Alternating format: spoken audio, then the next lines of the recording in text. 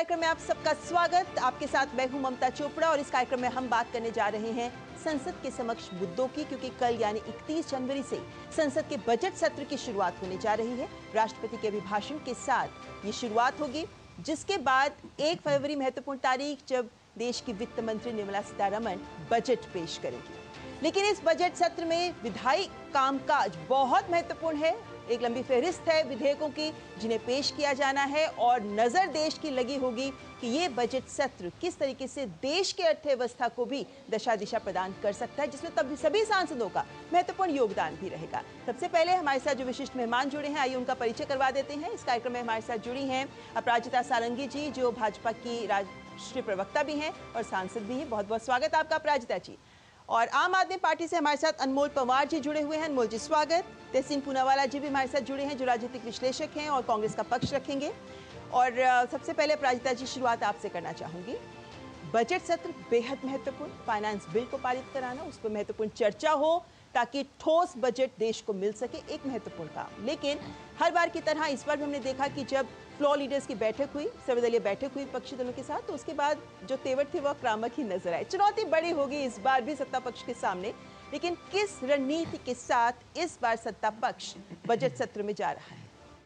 18वीं लोकसभा का चतुर्थ सत्र शुरू होने वाला है और एक सांसद के तौर पर मैं कह सकती हूं कि 31 जनवरी का बहुत बेसब्री से इंतज़ार है। बजट सत्र की शुरुआत होगी और जैसा कि आपने कहा और जैसा कि देश जानता है, इस बजट सत्र के 2 भाग हैं। पहले अंश में, पहले भाग में 31 जनवरी से 13 फरवरी तक सत्र चलेगा और उसके पश्चात 10 मार्च से 4 अप्रैल तक यह सत्र चलेगा। और मेरी उम्मीद है कि इस बार जो विपक्षी दल के हमारे बंधु हैं, जो सांसद हैं, वह सकारात्मक तरीके से पेश आएंगे और सृजनात्मक भूमिका निभाएंगे, कंस्ट्रक्टिव रोल प्ले करेंगे, यह मेरी उम्मीद है। पिछली बार ऐसा नहीं हुआ था। जब हम विंटर सेशन के लिए आए थे, शीत सत्र के लिए आए थे, तो बड़ी स्थिति खराब थी। लोकसभा का जो प्रोडक्टिविटी रेट था, जो उत्पादकता दर थी, वो महज 54.5% था और हम 43 घंटे ही बहस कर पाए थे और बहुत कम संख्या में बिल पारित हुए थे। हम चाहते थे, सरकार चाहती थी कि हर एक बिल पर विचार विमर्श हो, तर्क वितर्क हो, लेकिन ऐसा इन्होंने करने नहीं दिया। और आप जैसा जानते हैं कि राज्यसभा में तो उत्पादकता दर केवल महज 40% ही रही। वहाँ पर जिस तरह का बर्ताव ऑपोजिशन ने किया, मुझे लगता है उसके विषय में बखान करना उचित नहीं होगा। तो कहीं ना कहीं लगता है कि इस बार ये जो बजट सत्र है, यह अच्छा हो, शुभ हो और देश के लिए कुछ लेकर आए और जो लोग हैं, जो हमारे 140 करोड़ हमारी जनता है, वो भी इस बजट सत्र को देखकर लाभान्वित हो और किसी भी तरह की बाधा ना हो। अगर विपक्षी दलों को कुछ बातें कहनी है या विरोध करना है, तो निश्चित तौर पर एक तरीका होता है विरोध करने का। विरोध करने की अभिव्यक्ति में भी शालीनता होनी चाहिए, जो नहीं दिखी पिछली बार। कल 31 जनवरी को प्रेसिडेंट के अभिभाषण के बाद आर्थिक सर्वेक्षण रिपोर्ट भी उपस्थापित किया जाएगा और 1 फरवरी मैडम निर्मला सीतारमण अपना 8वां बजट, यह एक रिकॉर्ड है, अपना 8वां बजट देश के समक्ष प्रस्तुत करेंगे। जी तहसीन जी, सीधे सीधे आरोप विपक्ष पर लग रहा है, पहले भी लगता रहा है कि संसद में बाधा ज्यादा की जाती है लेकिन काम कम किया जाता है, जिसकी वजह से जो ठोस चर्चाओं के बाद एक मजबूत बिल आने चाहिए देश हित में, वो नहीं हो पाता। लेकिन इस बार क्या होगा? क्या फिर से अखाड़ा बनेगी संसद या फिर रचनात्मक योगदान विपक्ष की ओर से अपेक्षा की जा सकती है? आपका शुक्रगुजार हूं कि आपके साथ मुझे शो में शिरकत करने का मौका मिला। स्वर्गवासी सुषमा स्वराज जी और स्वर्गवासी अरुण जेटली जी कहा करते थे कि पार्लियामेंट जो होता है ये विपक्ष का होता है और चलाने की जिम्मेदारी सरकार की होती है। पहली बार भारत के इतिहास में देखा है कि वर्तमान सरकार चर्चा से भाग रही है। मन की बात तो करना चाहती है, काम की एक बात नहीं करती है। और कितने उदाहरण दे दूं। माननीय मेंबर ऑफ पार्लियामेंट सांसद ने कहा कि राज्यसभा में जिस तरह से बातचीत होने नहीं दी, जो डिस्कशन नहीं होने दिया, 50,000 रुपए का बंडल मिला किसी मेंबर ऑफ पार्लियामेंट का, सारा दिन आपने संसद नहीं चलने दिया, लाखों करोड़ों रुपए का टैक्स पेयर का पैसा आपने बर्बाद कर दिया। माननीय स्पीकर और माननीय चेयरपर्सन राज्यसभा में बड़े जिम्मेदारी से कह रहा हूं, वे अपनी जिम्मेदारी नहीं निभा रहे। और कभी कभी ऐसा लगता है, और आश्चर्यचकित हूं मैं ये देखकर, कि जो उनका स्वभाव है, जो उनका बर्ताव है चेयर के ऊपर, वो ऐसा लगता है कि बीजेपी के कार्यकर्ता है। And it is stunning. लगातार ऑपोजिशन को रोका जाता है, ऑपोजिशन की बातें नहीं सुनी जाती है। जो मुद्दे हैं, जो मुद्दों को डिस्कस करना है, उसको सही रूल के तहत उस पर डिस्कशन नहीं होता है।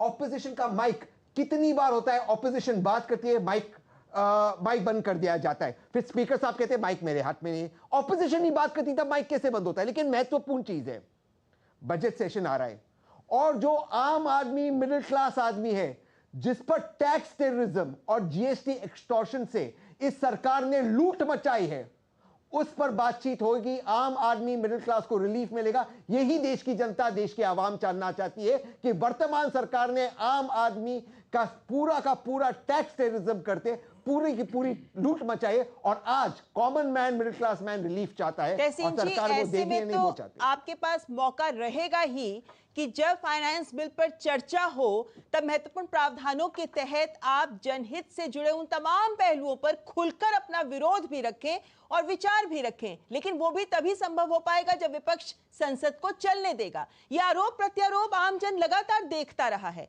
लेकिन क्या विपक्ष भी, राजनीति एक और है, राजहित एक और है, तो क्या विपक्ष ऐसे में कोई ठोस अहम भूमिका निभाएगा? यानी हम ये कह सकते हैं कि इस बजट सत्र को एक मौके की तरह प्रयोग करेगा कि वो जनहित के मुद्दों के बहाने फाइनेंस बिल पर चर्चा करते हुए इन्हीं मुद्दों को सामने रख पाए। हाउस चलाने की जिम्मेदारी सरकार की है, लेकिन सवाल विपक्ष से पूछा जाता है। प्लीज मैं आपसे पूछता हूं, जो देश हित के मुद्दे हैं, क्या मणिपुर देश हित का मुद्दा नहीं है? क्या टैक्स टेररिज्म देश हित का मुद्दा नहीं है? क्या बांग्लादेश में जो एनजीओ उस मुल्क को चला रहा है वो देश का हित का मुद्दा नहीं है? क्या सीरिया में जो हमारे इन्वेस्टमेंट्स है वो देश हित का मुद्दा नहीं? क्या इजराइल गाजा में जो भारतीय सैनिक शहीद हुए, इजराइल गाजा की कॉन्फ्लिक्ट में यूएन पीस कीपर्स, क्या है वो देश हित का मुद्दा नहीं? इनमें से कौन से देश हित के मुद्दे नहीं है? लेकिन इनको पहली बार सरकार चर्चा से भाग रही, डिस्कशन से भाग रही। सरकार को सिर्फ पार्लियामेंट स्थगित करना है। इनमें से कौन से मुद्दे देश हित के मुद्दे नहीं, क्यों लिस्ट में होते?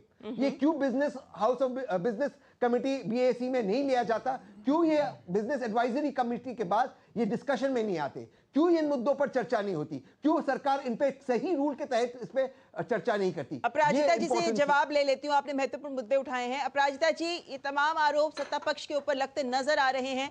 विपक्ष लगभग यही कहता आता है हर बार कि हम चर्चा करना चाहते हैं, सरकार भी यही कहती है कि हमारे मुद्दे पर चर्चा करना चाहते हैं, लेकिन जो होता है उसमें यह कि चर्चा ही नहीं होती, बाकी सब होता है। सत्ता पक्ष इस हालात से कैसे जूझेगा इस बार? देखिए, मैं लोकसभा के अंदर बैठती हूँ लगातार सुबह 11 बजे से जब तक लोकसभा हर दिन चलती है, मैं अंदर रहती हूँ। अंदर क्या होता है मैं आपको बताना चाहूँगी। बिल की बात, हमने बहुत कम बिल पास किए क्योंकि हम नहीं चाहते थे कि बिना तर्क और वितर्क के बिल पास हो। वन साइडेड बिल पास करना बड़ा सहज होता है, लेकिन सरकार ऐसा नहीं चाहती थी और इसलिए ऐसा हुआ कि कम बिल हमने पास किए।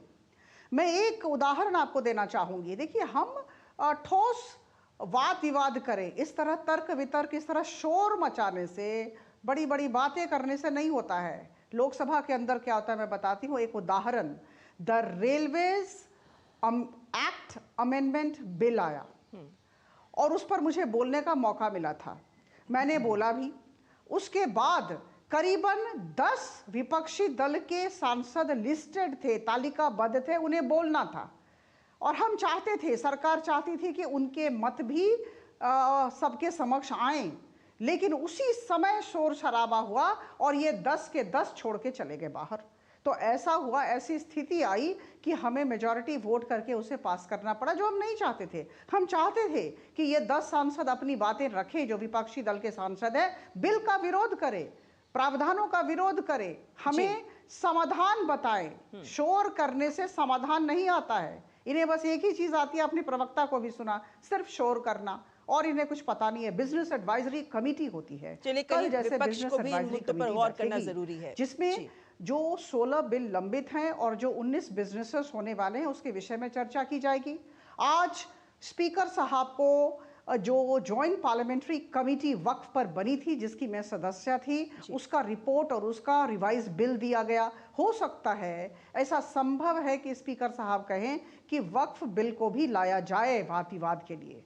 तो मेरा ये कहना है कि जितने भी बिल्स या बिजनेस एडवाइजरी कमेटी के द्वारा तय किए जाएंगे, मेरी गुजारिश है आपके माध्यम से विपक्षी दलों के नेताओं से, सांसदों से, ठंडे मन से, बड़े हृदय से, किसी भी तरह की संकीर्णता से नहीं, अपने विचार सबके समक्ष रखें, विरोध करें, लेकिन विरोध करने की अभिव्यक्ति में शालीनता होनी चाहिए। मैं इसकी पुनरावृत्ति करती हूँ। इस बार आपको मैं बताना चाहूंगी कि insurance and banking laws amendment bill आने वाला है और मर्चेंट शिपिंग बिल आने वाला है, कोस्टल शिपिंग बिल आने वाला है, carriages of goods by sea bill 2024 आने वाला है, राष्ट्रीय सहकारी विश्वविद्यालय बिल 2024 आने वाला है, इमिग्रेशन एंड फॉरेनर्स बिल आने वाला है, ऑफिशियल सीक्रेट्स बिल आने वाला है, पीएमएलए अमेंडमेंट बिल आने वाला है, हायर एजुकेशन कमीशन बिल आने वाला है। बहुत सारे बिल हैं जो आने वाले हैं। मैं तो आमंत्रित करती हूँ, मैं एक सांसद हूँ, साधारण सदस्य हूँ, लेकिन मैं आमंत्रित करती हूँ आके अपनी बातचीत रखें, ढंग से रखें। शोर शराबा करके यहाँ पर walkout is not the solution. ये संसद के बाहर शोर करते हैं, लेकिन संसद के अंदर ये रहना नहीं चाहते हैं। अब आप बताएं, बाहर शोर करके क्या होगा, मीडिया के समक्ष करके क्या होगा? बातें तो अंदर रखनी है। बिल में जो प्रावधान है, बिल में जो प्रोविजंस, अगर उसमें चेंज होना है तो उनकी बातें लोकसभा के अंदर रखनी होंगी। मुझे लगता है इस बात को इनको समझना होगा। जब तक ये समझेंगे नहीं, ऐसे ही शोर मचाते रहेंगे। चलिए, सहमति दोनों पक्षों की ओर से होनी बहुत जरूरी है, ये एक बात है जो सब विदित है। लेकिन इस वक्त हमारे साथ आम आदमी पार्टी के प्रवक्ता अनमोल पवार भी जुड़े हुए हैं। अनमोल जी, हम देखें तो विपक्ष, आप अपने आप को विपक्ष का ही देखें तो INDIA गठबंधन का हिस्सा मानते हैं, लेकिन आम आदमी पार्टी जो हमेशा आम जन से जुड़े मुद्दों को उठाना का प्रयास करती है, लेकिन अब दिल्ली चुनाव के मद्देनजर तमाम राजनीतिक मुद्दे हम सबके सामने हैं। लेकिन ऐसे में जबकि संसद का बजट सत्र शुरू हो रहा है, तो आम आदमी पार्टी की प्राथमिकताएं इस सत्र में क्या रहेंगी? किन मुद्दों का साथ देंगे आप? देखिए, हमारे नेता ने तो ये दरखास्त की है केंद्र सरकार से, ये कहा है कि ये बजट जो है वो देश के मिडिल क्लास के लिए समर्पित किया जाना चाहिए। वो मिडिल क्लास जो आज टैक्स टेररिज्म की मार झेल रहा है, वो मिडिल क्लास जो शुरू से लेकर अंत तक केवल टैक्स ही टैक्स देता है। वो दूध पे टैक्स दे रहा है, वो दही पे टैक्स दे रहा है, वो दाल पे टैक्स दे रहा है, वो पानी पे टैक्स दे रहा है, GST की मार उसे झेलनी पड़ रही है। बस केवल एक कमी रह गई कि सरकार उसका खून और चूस ले। उसके अलावा तो मुझे नहीं लगता सरकार ने कभी उसके बारे में सोचा है। केवल दिल्ली सरकार एक ऐसी सरकार है, अरविंद केजरीवाल जी ने विश्व स्तरीय मुफ्त शिक्षा देके, विश्व स्तरीय स्वास्थ्य सेवाएं देके, महिलाओं के लिए मुफ्त बस यात्रा देके, उनके लिए बुजुर्गों के लिए मुफ्त तीर्थ यात्रा देके, 24 घंटे मुफ्त बिजली देके, 24 घंटे 20,000 प्रति लीटर वहां पानी देके उनका 25,000 हर महीने की बचत कराई है। तो हम तो चाहते हैं कि जैसे दिल्ली में बजट 25% है, वैसे केंद्र सरकार एजुकेशन बजट 2% से 10% करे। हम चाहते हैं कि केंद्र सरकार हेल्थ बजट को भी जो है 10% तक बढ़ाए। हम चाहते हैं कि इनकम टैक्स स्लैब को 7 लाख से 10 लाख तक बढ़ाया जाए। हम चाहते हैं कि जो हमारे बुजुर्ग हैं उनके लिए जो रेलवे में मुफ्त यात्रा थी उसे दोबारा से लागू किया जाए, उनके लिए बेहतर रिटायरमेंट प्लान बनाए जाएं। हम चाहते हैं कि GST जो है वो कम से कम एसेंशियल कमोडिटीज, जो मूलभूत सुविधाएं हैं, दूध दही, इन सब पे जो है GST नहीं लगना चाहिए। तो एक तरफ तो केंद्र सरकार जो है अपने पूंजीपतियों के 16 लाख करोड़ रुपए का कर्जा माफ करती है, कॉर्पोरेट टैक्स को 30% से 22% घटाती है। वहीं दूसरी तरफ लोगों की मूलभूत सुविधाओं की तरफ जो है वो ध्यान नहीं देते। तो केंद्र सरकार को सोचना चाहिए, भाई संसद जो है वो लोकतंत्र का मंदिर है। लोग विश्वास करके आपको वहां भेजते हैं, इसलिए भेजते हैं कि उनके बारे में सोचा जाएगा। तो उनके मूलभूत सुविधाओं का तो इंतजाम करो। आज 75 साल हो गए देश को आजाद हुए, कब सोचोगे इस बारे में?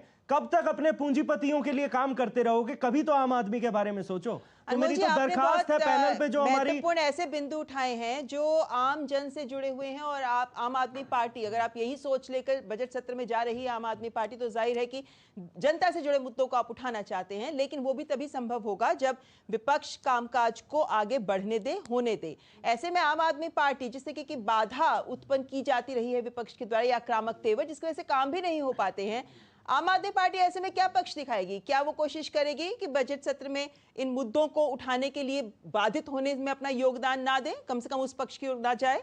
आम आदमी पार्टी का क्या रुख रहेगा इस बार? देखिए, हमारा अरविंद केजरीवाल जी का और आम आदमी पार्टी का इतिहास रहा है कि जब जब इस देश के आम आदमी की बात हुई है तो सबसे मुखरता से हमने अपनी आवाज बुलंद करी है, और इस बजट सत्र में भी हम आम आदमी के लिए, देश के आम आदमी के लिए अपनी आवाज बुलंद करेंगे।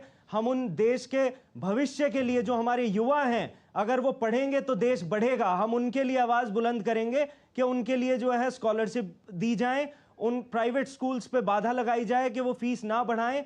हम आम आदमी की स्वास्थ्य सेवाओं के लिए आवाज रखेंगे, हम महिलाओं के सम्मान के लिए आवाज रखेंगे, और केंद्र सरकार की तरफ से जब जब आम आदमी की बात होगी, आम आदमी पार्टी उनके साथ खड़ी मिलेगी।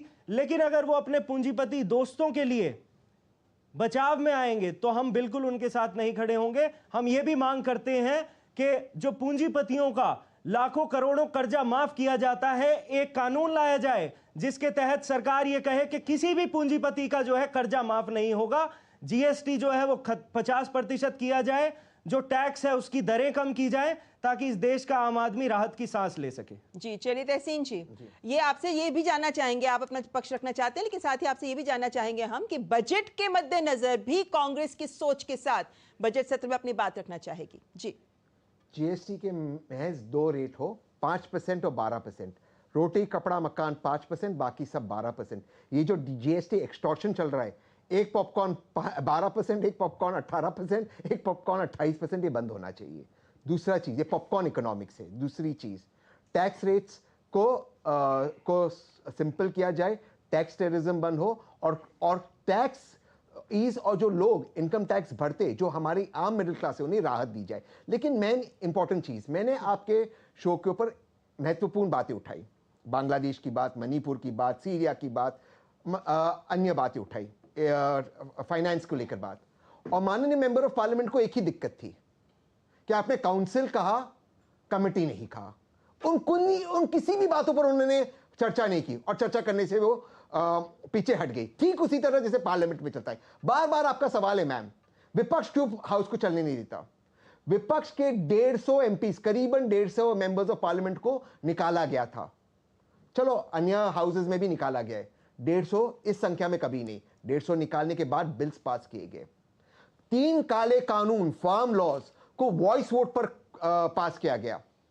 जब विपक्ष ने उसको अपोज किया, जब विपक्ष ने कहा मैं डिवीजन ऑफ वोट चाहिए राज्यसभा में, वो उनको डिनाई कर दिया गया।